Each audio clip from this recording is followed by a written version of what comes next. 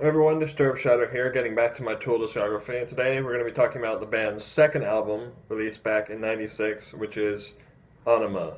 I think that's how you say that, which is a really awesome album and one of their, coming off of Undertow, it was sort of their breakout album in a way, in a sense, where they sort of started getting a lot more attention and they sort of started getting into a more progressive side of their sound, and it's considered a very influential album, and for good reason. It's just a really, really good album all the way through, and there's a lot of cool songs. Some of my personal favorite Tool songs actually on this album. So let's jump in and talk about some of my personal favorite tracks on this album. First, let's talk about the opener, Stinkfist, which is one of my personal favorite Tool songs. It's just got this cool, like, sound effects on the intro, and then it gets into this really catchy guitar riff that just gets in your head, and it's got these cool bass part that's really turned up really loud behind the guitars, and so you can really hear the bass. And then there's the drumming on this track's a bit more pulled back, but it fits very nicely with the song. It's more simplistic drumming, and just the way the whole song just flows is so good. And there's some really awesome lyrics and all this kind of stuff that just come together for a really nice song. And it's a great way to introduce this album and the band's new sound, and it just sounds so good.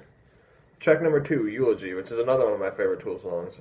Again, it has a cool like sound effects on the intro before getting into the actual instrumentation and stuff like that. And it comes in with guitars, bass, and drums slowly, and it just sort of builds up in the beginning, and then goes into the main part of the song. I really like this song. It has amazing lyrics, and if I'm not mistaken, I believe it's sort of a call out to L. Ron Hubbard, who is the founder of Scientology, and one of Tool's favorite people to write about in their music for some reason.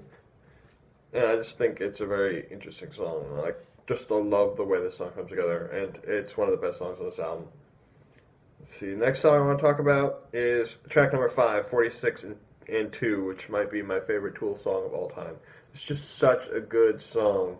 It just has this cool intro in the beginning with just bass, and then the guitar comes in. They work so nicely together, and then the drums slowly start building up, and this intro just builds up until it gets into the main part of the song. It's similar to how Eulogy works, but just the main riff in the song is so groovy and so catchy. It just gets in my head all the time. It's just such a good song, and the lyrics are just fantastic, and the way the song progresses, where it gets sort of soft in the verse and heavier in the chorus, and then soft in the verse, and the next chorus is even heavier. And then it just keeps building, and the way this song ends just gets so heavy and so good. Just the way it progresses is just amazing. Words cannot describe how much I love this song. It's just so good. And on the drumming, Danny sort of builds up slowly over time, where it gets more complex towards the end. It's just a really cool drumming throughout the song. Track number 7, Hooker with a Penis. This is a funny song title, but this song is just really heavy and crunchy sounding. It's just a really good song all the way through. Next song I'll talk about, track number 10, Da, I can't pronounce it because it's in German, but it translates to the balls of Satan, which is a type of dessert. And what's interesting about this song is it's just these sound effects and like percussive sounding music, and then is just talking in German, sort of very passionately, sort of emulating a sort of Hitler-esque type of speaking. It's sort of to play on the assumption that this has something to do with Hitler or something like that. But it's actually reciting a recipe for a dessert called the balls of Satan, which I think is funny. It's sort of messing with people's expectations about what they think the song's actually about. So I think that's a cool thing. Track number 11, Pushit, which is a more ballady type song. It's just so good. It's just really slow and soft throughout the most part. And Maynard's voice just really shines on this song, where he gets into some really high notes and just this really smooth melodic singing all the way through. And it's just a really good song. And just all the different bits of the song, when it picks up a little bit or when it slows down, it gets really soft. It's just all these different aspects of Tool just pushed together in one song, and it's a really good song. Track number 13, the title track, which is another one of my personal favorite Tool songs. It's just got this really awesome riff, and then it's got these really apocalyptic lyrics about wanting the world to end. It's really great songwriting all the way through, and there's all these cool technical guitar playing, and this gets this really heavy ending to the song. It just all comes together in a really nice package. And I saw them live a few years ago, and they closed out with a song. It's just such a good way to end out a show. Track number 15, Third Eye, which is the longest song on the album at 13 minutes and 47 seconds long, which is a very interesting song. It sort of starts with a sort of spoken word intro, and it sort of builds up to a more melodic type of song. And then it gets really heavy at the end, and then it's Maynard just yelling, prying open my third eye over and over. It's really heavy, interesting song. It's just so complex, and there's all those different things happening throughout the song that keeps it changing up. And it's a very interesting way to end the album. Although I think Ænima, listening to it, is also a good way to end out an album, I think. And I had originally thought it was the closer the first time I heard this album, but Third Eye is also a good song to end the album with. And like I said, it's a good song. There's not much else to say. There are some other songs in between there that either didn't sound out as much, other like noise tracks, pretty much, where it's just like sound effects or something like that, and they're not really worth talking about.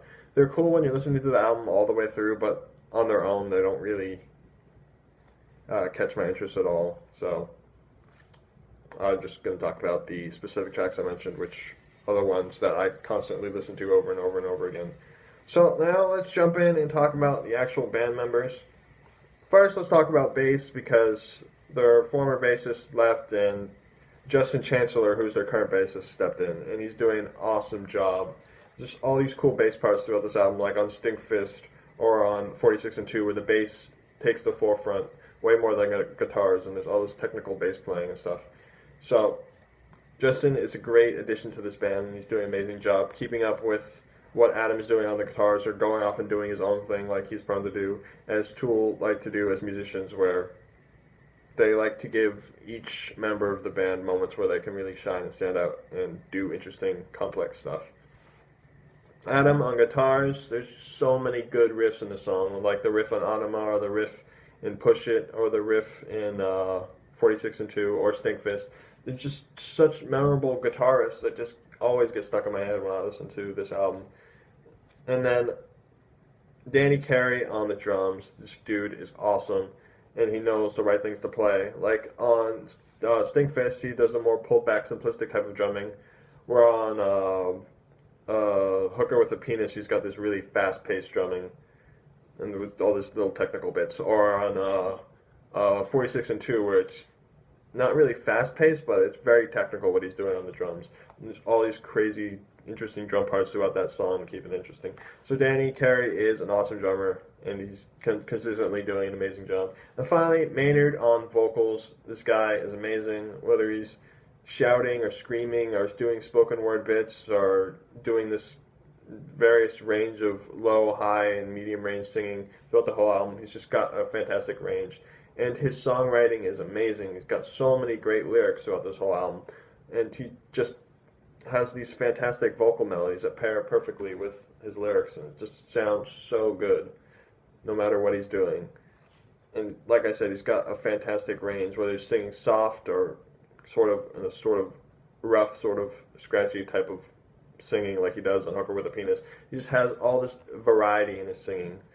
So these four guys together are making an incredible album, and it's easy to see why many people consider this to be Tool's best album or their most influential album, because I know a lot of people like their next album a lot more than this one, but it's important to see why this one's so influential, because it sort of brought progressive metal back to popularity, sort of to more fans of more alternative metal type of sound.